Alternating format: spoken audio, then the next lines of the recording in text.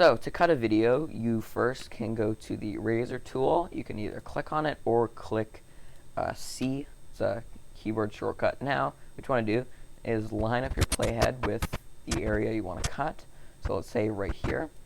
And then if you see there's little gray sort of arrows on the top and bottom of the playhead, once those are selected, that means the cut will happen exactly where the playhead is. So you just want to left click, and you've cut your video. Now you can speed ahead, let's say to right here, and then you're still on your eraser tool. Make sure you see those gray sort of arrows. Click here, and now you can either go back to your selection tool or just hit V. Now select this clip if you don't want it. Just hit delete on your delete or backspace on your keyboard.